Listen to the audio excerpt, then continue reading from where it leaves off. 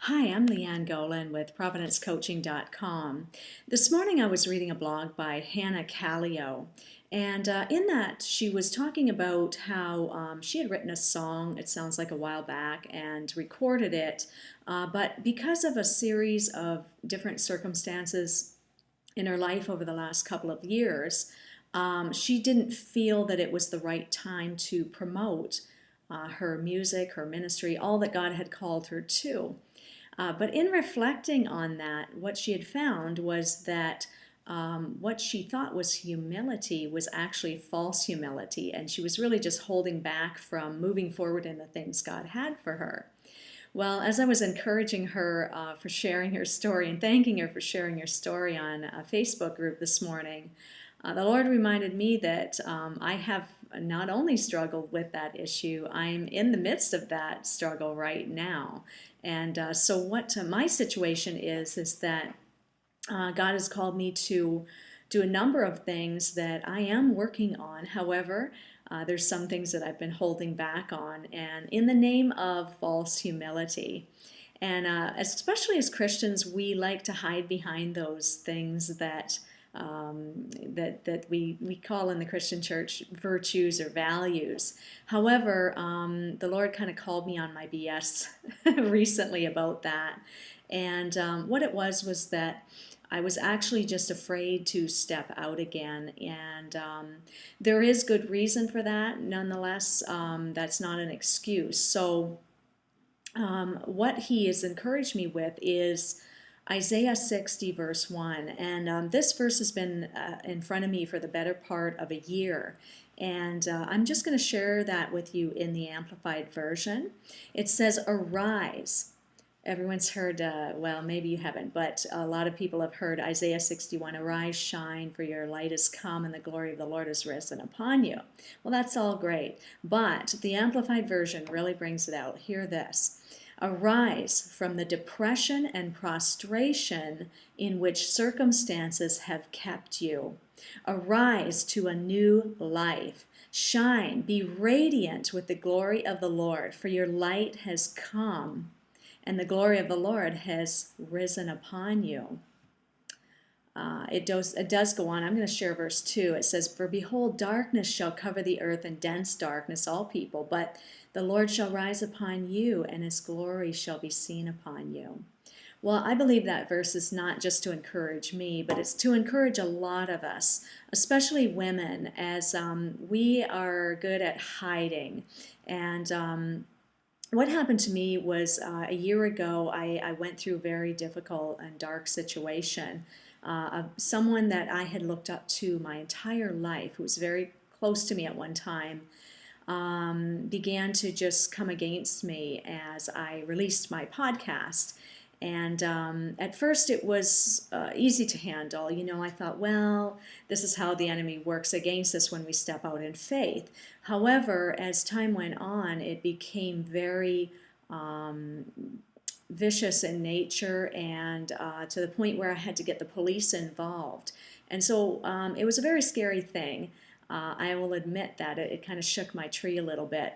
And but what happened? It ultimately culminated in that person committing suicide, and so a very, very serious situation, and one that brought me tremendous grief and trauma, as well as I had to deal with that. So but what happened is, and here's the thing, it's we all are going to go through things in life, right?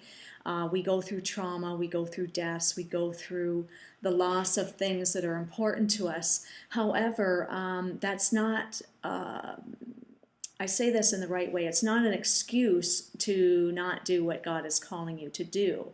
Yes, there is a time for grieving, there's a time for resting and dealing with those things.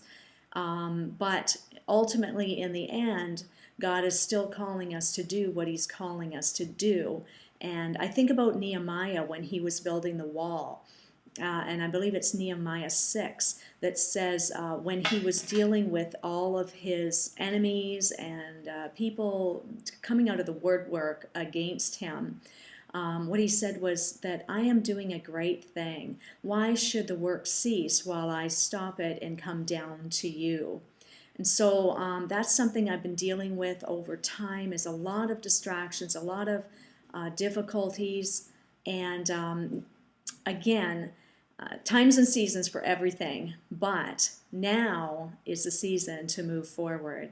And what I was finding was that even though the way was clear, I wasn't moving forward in those things that I should move forward in. And, calling it false humility. I don't want to put myself out there because, I want to try to be humble and all those things. But again, that's not actually what was happening, because behind the scenes, what I was dealing with was actual fear of rejection again, and worse yet, criticism, because I endured so much of that the first time I stepped out. So, again, not an excuse. And in fact, here's the other thing to that. This Sunday night, I met Dr. Timothy Starr, who's an author, and he was speaking at my church on Sunday night. And although I missed his talk, I was coming out of a meeting, and I happened to connect with him, and we had a conversation. And so he was asking me about my life, and he was asking if I was married, and I said, well, I was for many years, but 7 years ago, my husband had left while I was serving on the mission field. And he had great compassion toward me. He was such a sweet guy. And then he was asking, well, do you have, your parents? And I said, well, no, my parents have passed away. And I just lost my dad a few years ago. And he said, well, what about other family? And I said, well, incidentally, I had lost my brother and my sister just recently as well. So by this time, he was, feeling so bad for me. He was thinking that he had to console me. However, I have dealt with those things. I have walked through the grieving process on each one of those things, and I feel completely healed and whole as a result of God's working in my life and just staying close to God through the process of those things day to day. However, I got a email from him the next day, and he was in it saying, I don't know if you'll ever get over the pain of all those things.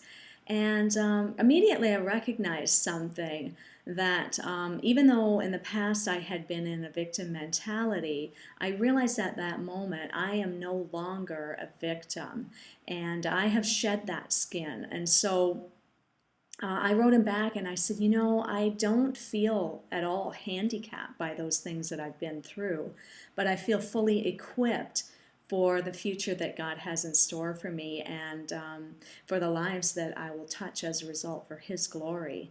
So that is the realization that I had, was that I'm no longer a victim. I have come out of that, and it's been a very long process, because that's an identity issue. And many of us still have lots of work to do in that area, and it's not easy. But I've had great people around me. I've rebuilt my life. I have what I call a life team around me of wonderful people that support me and love me and accept me for who I am. And that has strengthened me to the point where I feel I can really move forward in those things God's called me to. So I want to encourage you to step up and step out into those things that God has for you in this season.